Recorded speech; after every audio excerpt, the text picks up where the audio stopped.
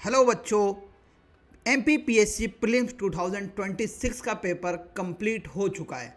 आज के इस पेपर में हम जानेंगे कि पीएससी बाय डीसी सर की क्लासेस से पेपर कितना आया, कहां से पेपर आया। आज सभी को मैं इस लेक्चर में पूरा विश्लेषण बताने वाला हूं।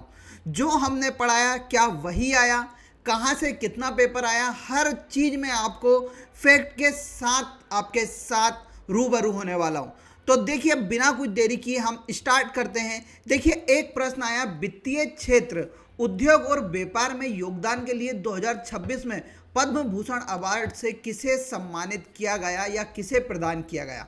अब देखिए, यहाँ पर मैंने एक क्लास ली थी एमपीपीएससी प्रिंट लाइव बैच की, यूट्यूब के ऊपर फ्री।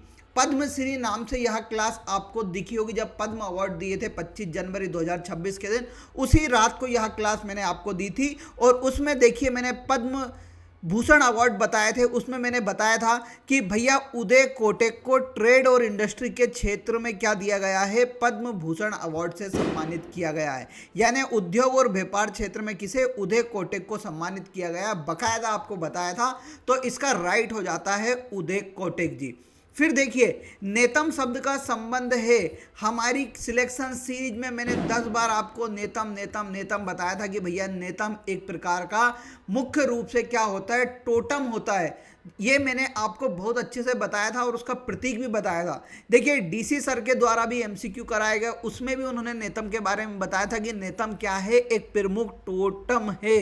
तो यहाँ पर बिल्कुल राइट आंसर किया जाता, टोटम से संबंधित हो जाता। अब देखिए, आगे चलते हैं। उससे पहले मैं आपको बता देता हूँ कि देखिए, अब हम आपके लिए एक आंसर राइटिंग प्रोग्राम लेके आए हैं। इस प्रोग्राम में हमने 3 लेवल रखे हैं। लेवल 1 जिसमें केवल आपकी कॉपी चेक होगी, लेवल 2 जिसमें हम आपकी कॉपी भी चेक करेंगे, साथ में वीडियो सॉल्यूशन भी आपको प्रदान करेंगे। इसका तीसरा पैटर्न है कि आपको भैया copy check plus video solution plus हम आपको मेंस का जो रिकॉर्डेड कोर्स है वो प्रदान करने वाले हैं। तो इन तीनों की फीस बहुत मिनिमम रखी गई है। और यहाँ पर देखिए, ये पूरा शेड्यूल है, आप इसको ज्वाइन कर सकते हो। आपको रिकॉर्डेड एमपीपीएससी का बैच चाहिए तो मात्र 1999 रुपये में हमारी एप्लीकेशन के ऊपर लगा हुआ है, या आप मेरे नंबर 8818867858 पर भी कांटेक्ट कर जानकारी ले सकते हैं। देखिए बच्चों, अब आपके कभी 62 से प्लस नंबर हो रहे हैं, तो मेरा यही मानना है 62 से ज़्यादा क्वेश्चन सही हो रहे हैं तो आपको मेंस की तैयारी में लग जाना चाहिए। कभी आप इंतजार करेंगे तो यह आपके लिए बहुत गड़बड़ हो सकता है। तो आपको बिना कुछ देरी किए मेनली आपको मेंस की तैयारी पर लग जाना चाहिए। अब देखिए, और आगे बढ़ता हूं तो देखिए, यहां पर पूछा गया 1980 के दशक के प्रारंभ में प्रक्षेपित वह कौन सा भारतीय संचार उपग्रह था जो इनसेट श्रृंखला का पहला पूर्णतः कार्यशील उपग्रह बना और भारत की दूरसंचार एवं प्रसारण सेवाओं को सुदृढ़ किया। अब देखिए, यहां पर लिखा हुआ है INSAT 1B 1983। Bharat television radio telephone का वास्तविक क्रांति शुरू की, यह भारत का पहला सफल बहुउद्देशीय उपग्रह था। लिखा हुआ कि नहीं लिखा हुआ है। और देखिए, यहाँ पर ईयर भी लिखा हुआ है 1983, यहाँ पर भी लिखा हुआ है 1983। क्या यह राइट आंसर है? तो हाँ, यही राइट आंसर है और आपको पढ़ाया भी गया है। अब देखिए, आगे हम आते हैं, चंद्रयान 3 को कहां से प्रक्षेपित किया गया और इसकी लैंडिंग स्थल की विशेषता क्या है। कितनी बार बताया गया था कि कोई सा भी उपग्रह कहां से लॉन्च होता है, तो उपग्रह हमेशा विक्रम, जो उपग्रह होता है वो हमेशा सतीश धवन अंतरिक्ष केंद्र जो श्रीहरिकोटा में, वहां से हम क्या करते हैं, लॉन्च करते हैं। और हमने क्या उपलब्धि पाई थी कि भैया दक्षिण ध्रुव पे भेजने वाला विश्व का पहला देश बन गया था। तो देखिए भैया, यहीं से सीधा आंसर लग जाता कि सतीश धवन से कोई सा भी उपग्रह प्रक्षेपित करना हो तो हम सतीश धवन से ही करते हैं। तो इसका राइट आंसर ये हो जाता। और देखिए, चंद्रयान 3 भारत के चंद्रमा के दक्षिण ध्रुव पर लैंड करने वाला दुनिया का पहला देश बन गया। लिखा है कि नहीं लिखा हुआ है? लिखा हुआ है, जैसा ही आपके पेपर में आया है। आगे हम चलते हैं, विज्ञान की कौन सी शाखा ऋतु और वायुमंडलीय पारिस्थितिकों का अवलोकन, समझ और पूर्वानुमान से संबंधित है। ये लिखा हुआ है वायुमंडल और मौसम के अध्ययन, मेट्रोलॉजी यानी मौसम विज्ञान इसका बिल्कुल बिल्कुल सही उत्तर हो जाता। आगे हम चलते हैं। सतत विकास के लिए 2030 एजेंडा के अनुसार कितने लक्ष्यों को निर्धारित किया गया? यहाँ पर देखिए यूनिट 6 डीसी सर ने पढ़ाई थी और उसमें लिखा था भैया 169 हमारे लक्ष्य हैं और उप संकेतक 232 हैं। तो यहाँ पर राइट आंसर कितना हो जाता? 169 बिल्कुल सही आंसर हो जाता। पढ़ाया है वही आया है। आगे हम चलते हैं। देखिए कैप्टन शुभांशु शुक्ला 10 बार चिल्ला चिल्ला के मैंने बोला था कि भैया कैप्टन शुभांशु शुक्ला से संबंधित प्रश्न आएगा। क्यों आएगा? क्योंकि ये अंतर्राष्ट्रीय स्पेस स्टेशन में पहुंचने वाले पहले भारतीय थे। साथ में मैंने इनके बारे में बताया था ये उत्तर प्रदेश से, और अभी हाल ही में इनको अशोक चक्र से भी सम्मानित किया गया था 26 जनवरी के दिन। बोला था कि नहीं बोला था? बिल्कुल बोला। अब देखिए यहाँ पर चंद्रमा के मानव युद्ध नेतृत्व करने वाले पहले भारतीय बने। भैया अभी हमने मानव युक्त मिशन भेजा नहीं है। उन्होंने खुले अंतरिक्ष में पहली बार स्पेस बॉक्स सफलतापूर्वक की, नहीं भैया हमें नहीं मालूम। वह अंतर्राष्ट्रीय अंतरिक्ष स्टेशन पर कदम रखने वाले पहले भारतीय बने और मिशन पायलट के रूप में काम किया। तो बिल्कुल सही है, अंतरिक्ष स्टेशन पर करेंगे योगा। एक्सिमोम मिशन 4 से अंतर्राष्ट्रीय अंतरिक्ष स्टेशन में रहेंगे। लिखा हुआ है कि नहीं लिखा हुआ है? सब कुछ लिखा हुआ है। जो पढ़ाया वही आया। ये डीसी सर के ने जो अपनी करंट अफेयर की क्लासेस ली उससे सीधे आया, या आप हमारी टेस्ट सीरीज में भी जाएंगे उसमें भी आपको ये प्रश्न सीधा के सीधा मिलेगा। अब देखिए ओडीओपी से संबंधित एक प्रश्न आया कि भैया एक जिला एक उत्पाद के संबंध में कृषि संबंधी उत्पाद में कौन सा जिला शामिल नहीं है? ये पढ़ाया डीसी सर ने यूनिट 6 में। यहाँ पर ग्वालियर आपको दिख रहा है। ग्वालियर सैंड स्टोन टाइल्स के लिए, यानी ये भैया मुख्य रूप से कृषि संबंधित नहीं है, ये खनिज संबंधित है। तो यहाँ पर हमारा ग्वालियर क्या हो जाता? अलग हो जाता। बालाघाट से चिन्नौर चावल, नरसिंहपुर से आप सभी को पता है दाल, अनूपपुर से आपको पता है कौन सा? कोदो कुटकी। ये सभी पढ़ाया हुआ है। तो कृषि संबंधित उद्योग अलग ही आपको हो जाते हैं। आगे हम चलते हैं। संयुक्त राष्ट्र द्वारा 2025 में किस अंतर्राष्ट्रीय वर्ष के रूप में घोषित किया गया? पढ़ाया गया था। मैंने 2023 के बारे में बताया था कि भैया हमने अंतर्राष्ट्रीय मोटे अनाज वर्ष के रूप में बताया था।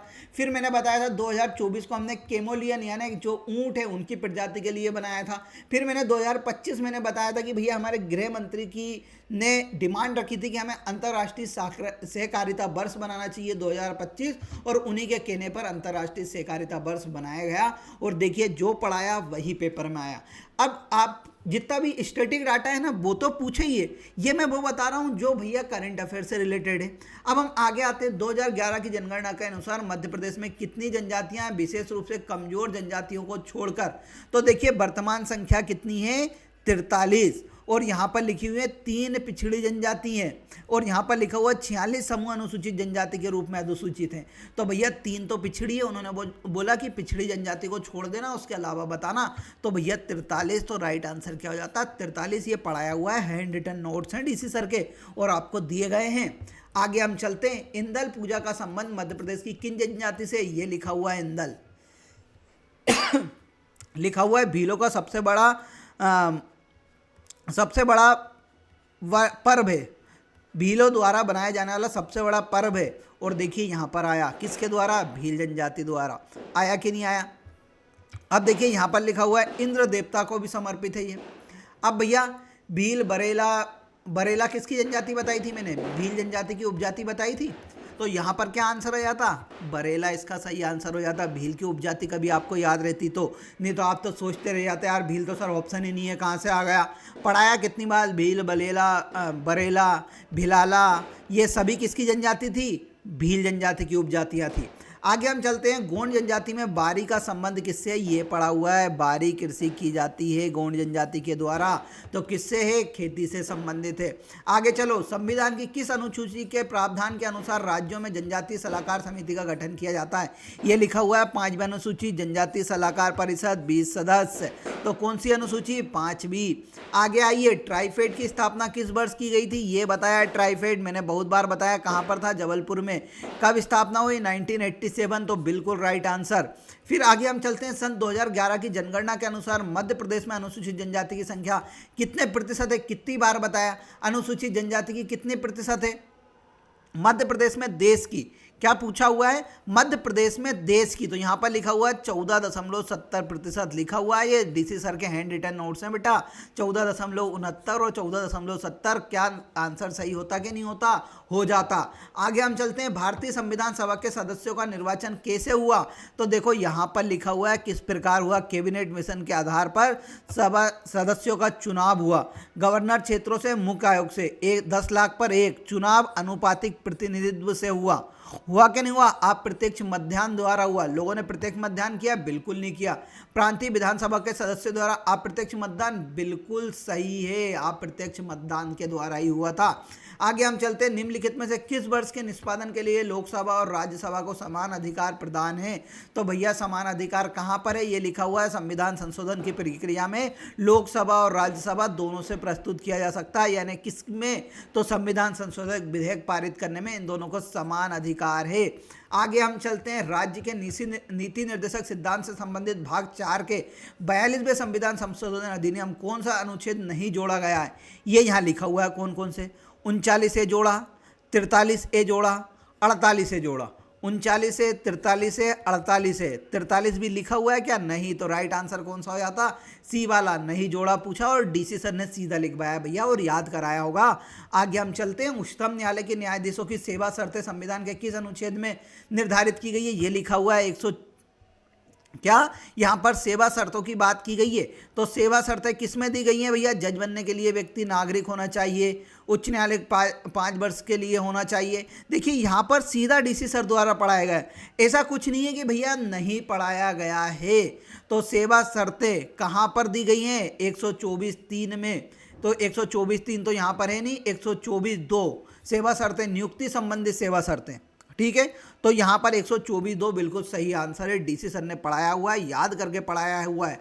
आगे हम चलते हैं, देखिए मेरे द्वारा एमपी की जो पढ़ाई गई थी पॉलिटी, मध्य प्रदेश के राज्यपाल के बारे में कौन सा संबंध सही नहीं है, राज्यपाल की नियुक्ति राष्ट्रपति करते हैं, राज्यपाल को उच्च न्यायालय के नियुक्ति की शक्ति है, आपातकाल में वह राष्ट्रपति के प्रतिनिधि के रूप में कार्य करता है, कार्यपालिका प्रधान होता है, ये लिखा हुआ है भैया, कार्यपालिका का प्रधान, बिल्कुल सही, राष्ट्रपति का प्रतिनिधि, बिल्कुल सही, और क्या भैया कौन करता है इसे, राज्यपाल को कौन नियुक्ति करता है, राष्ट्रपति, तो बिल्कुल सही, ये लिखा हुआ है नियुक्ति।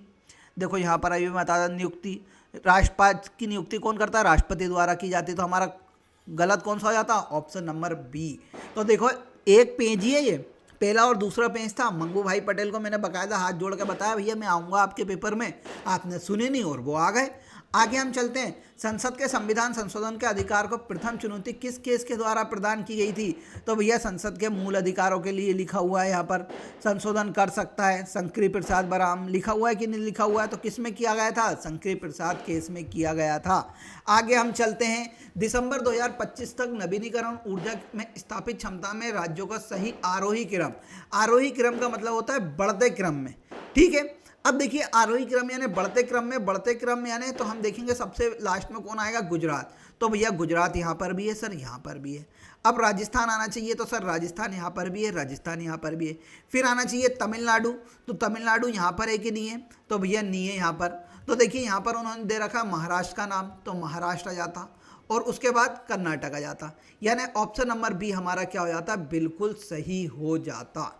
होता कि नहीं होता, लिखा हुआ है, हर चीज़ जो पढ़ाई गई है वही आई है, ऐसा नहीं है। अब देखो यहाँ पर महाराष्ट्र आ गया, तमिलनाडु यहाँ पर होता तो ये वाला ऑप्शन में सही कर देता, परंतु यहाँ पर था तो यहाँ पर क्या हो जाता, ऑप्शन नंबर बी बिल्कुल सही है। आरोही यानी बढ़ते क्रम में, अवरोही यानी घटते क्रम में। अब आरोही यानी बढ़ते क्रम में बताना था तो पहले सबसे आखिरी में गुजरात ही आएगा।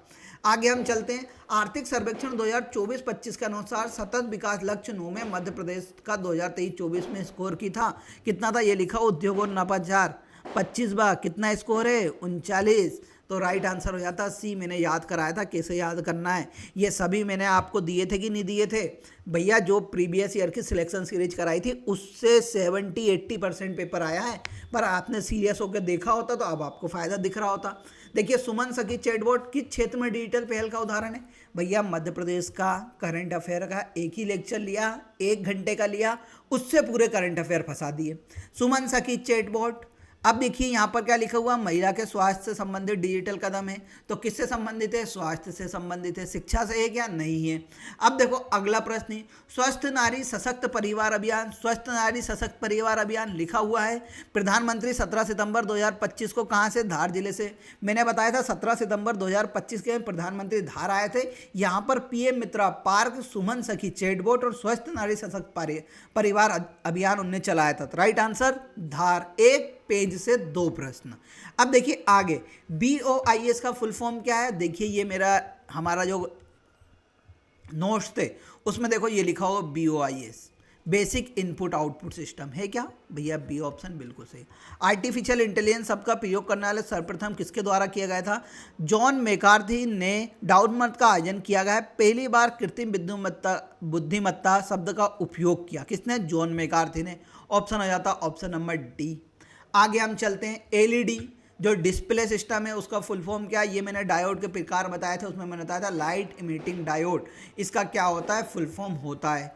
आगे चलो, HTML का यहाँ पर पूर्ण रूप पूछा हुआ है। ये देखो एक पेज से 2 आंसर बताऊंगा। HTML hyper text markup language, hyper text markup language 10 बार पढ़ाया हुआ है मैंने, 10 बार रिवीजन कराया है। जब मैं प्रीवियस ईयर का पेपर पढ़ा रहा था मैंने आपको बताया था ये ऐसी लैंग्वेज होती है जो वेब पेजेस के डिजाइन के लिए बनाई गई होती है। नहीं यकीन हो सिलेक्शन सीरीज जाके देख लेना, पूरा प्रश्न बेसा के बेसा मिलेगा।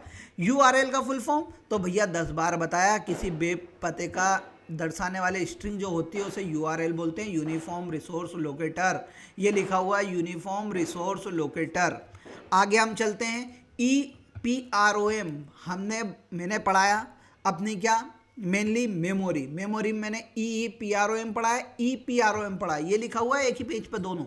Erasable programmable read only memory, erasable programmable read only memory. E आ जाता तो इलेक्ट्रॉनिकली हो जाता, परंतु बहुत सारे बच्चे इलेक्ट्रॉनिकली लगा के आए।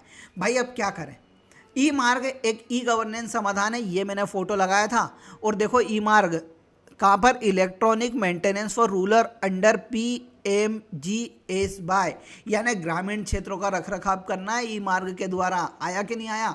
फिर देखिए अक्टूबर 2025 में जो तूफान आया उसके बारे में पूछ लिया, प्रीलिम्स की टेस्ट सीरीज में जाओगे सीधा क्वेश्चन मिलेगा। अब देखो ये सर ने पढ़ाया, मौन था, पढ़ाया कि नहीं पढ़ाया, आया कि नहीं आया, आया, और सर ने याद भी कराया था।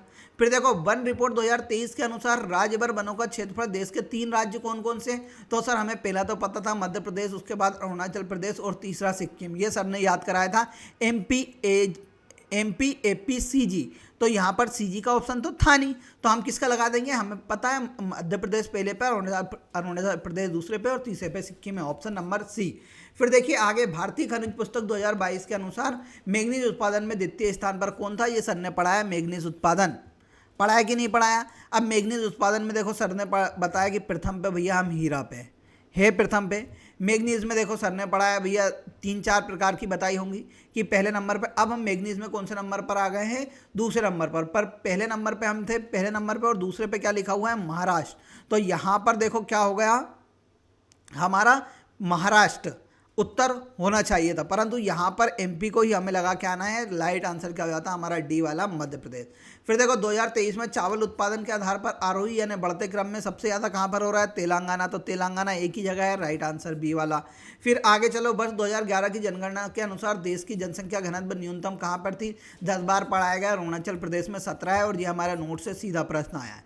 फिर देखो जनसंख्या वृद्धि को अवरोही क्रम यानी घटते क्रम में जमाना था, तो सबसे ज़्यादा तो इंदौर में ही होती है सर, हमें पता है। दूसरे नंबर पे झाबुआ में हुई, तीसरे भोपाल, सीधा लिखा हुआ है। इजभा सर ने याद भी कराया था, और राइट आंसर डी वाला हो जाता। फिर देखिए कुमाई हिमालय का सबसे ऊंचा शिखर, ये मैंने अपने किस पर, यूट्यूब चैनल पर क्लास ली थी, उसमें मैंने ये नागा पर्वत बताया था, पढ़ाया था। फिर देखिए यहाँ पर लिखा हुआ है नंदा देवी, पढ़ाया था। ये मैंने बताया था किसका, कश्मीर हिमालय का। उसके बाद नंदा देवी किसका, तो नंदा देवी हमारा था कुमायूं हिमालय का। बोला था कि नहीं बोला था, तो भैया नंदा देवी इसका बिल्कुल राइट आंसर हो जाता। फिर आगे हम चलते हैं, बालाघाट में बेहर पठार मैंने अलग से बताया था कि भैया कंफ्यूज मत होना कि ये बॉक्साइट का है कि ये मैग्नीज का। ये मेनली किसके लिए जाना जाता है, बॉक्साइट के लिए, और सीधा पेपर में आया बॉक्साइट, इसका राइट आंसर हो जाता। फिर देखिए मोहन नागर को 2026 में पद्मश्री पढ़ाया गया, ये फोटो लगा भाई सबका, सामाजिक क्षेत्र में दिया गया, समाज सेवा में। अब खेल समाज सेवा है क्या? नहीं, ये तो इसमें तो अलग से ही देते हैं, राजनीति में भी देते हैं, उद्योग में भी देते हैं। पर्यावरण संरक्षण में मैंने बिल्कुल बताया था कि पर्यावरण सेवा करते हैं, जल को संवर्धन करने के लिए काम करते हैं। तो समाज सेवा में मोहन नागर आया कि नहीं आया? फिर देखो विश्व धरोहर स्थल सीधी क्लास ली, इसमें बताया 3 है। सांची याद भी कराया था, सबसे ऊपर खजुराहो के मंदिर, दूसरे पे सांची, तीसरे पे भीमबेटका, ऐसे याद कराया है। तो देखो अब यहाँ पर पूछा हुआ है मान्यता प्राप्त स्थल है, तो सांची स्तूप ये लिखा हुआ है सीधा 1989 में। फिर देखो आगे भारतवर्ष का उल्लेख अभिलेख से प्राप्त होता है, तो ये लिखा हाथी गुम्फा अभिलेख से प्राप्त होता है। ठीक है, आगे हम चलते हैं। चारों आश्रम का सर्वप्रथम उल्लेख किस आश्रम में मिलता है? तो ये लिखा हुआ भैया जवाली उपनिषद में 4 आश्रमों का उल्लेख मिलता है, तो ये लिखा हुआ है जवाली उपनिषद। आगे हम चलते हैं। भारत की सबसे लंबी झील कौन सी? ये लिखा हुआ है केरल की सबसे बड़ी बैक वाटर प्रणाली। मैंने इस टाइम बोला था कि वेम्बनाड झील जो है मध्य प्रदेश की सबसे लंबी झील है और इसमें नौकायान की प्रतियोगिता होती है। ये यूट्यूब चैनल पे पढ़ाई गई क्लास है भैया। फिर देखिए यहाँ पर आज की क्लास में मैंने इतने ही प्रश्न कराए, ये 50 के लगभग प्रश्न जो सीधे पेपर में आए। अब जो स्टैटिक वाली क्लास है, जो स्टैटिक सीधा पेपर में आया, वो मैं आपके लिए कल लेके आऊँगा। तो देखो बहुत अच्छे से आपको पढ़ाया जाता है, प्रीलिम्स में भी मेंस में भी। बस आपको सीधा हमारे ऊपर जो फोकस करना है, मेनली हमारी बातें सुनना है और उसको आप कभी अपने जीवन में उतारेंगे तो सक्सेस 100% हो जाएंगे। तो मेरा यही मानना है कि बिना कुछ देरी किए अभी भी मेंस में पढ़ना चालू कर दो। आंसर राइटिंग प्रोग्राम लॉन्च हो चुकी है, आप उसमें ज्वाइन करो। धीरे से मैं आपके लिए यूट्यूब पे डेली मेंस की क्लास भी लेके आने वाला हूँ, तो आपके लिए बहुत कुछ होने वाला है। क्यों? क्योंकि आप जितना अच्छे से हमारे साथ पढ़ते हैं, हमारे जितने भी बच्चे पेपर दे के आए उनका बहुत अच्छा पेपर गया है, क्योंकि उन्होंने देखा कि भैया टेस्ट सीरीज से पूरे प्रश्न आए हैं, नोट से पूरे प्रश्न आए हैं, क्लास में जो पढ़ाया वो पूरा पेपर आया है। तो देखिए यहाँ से 100% पेपर आता है। तो बिना कोई देरी किए आंसर राइटिंग प्रोग्राम जरूर लॉन्च कर लेना। कल मैं वापस से इसकी एक और क्लास लेके आऊँगा। मिलेंगे कल, तब तक के लिए जय हिंद जय भारत।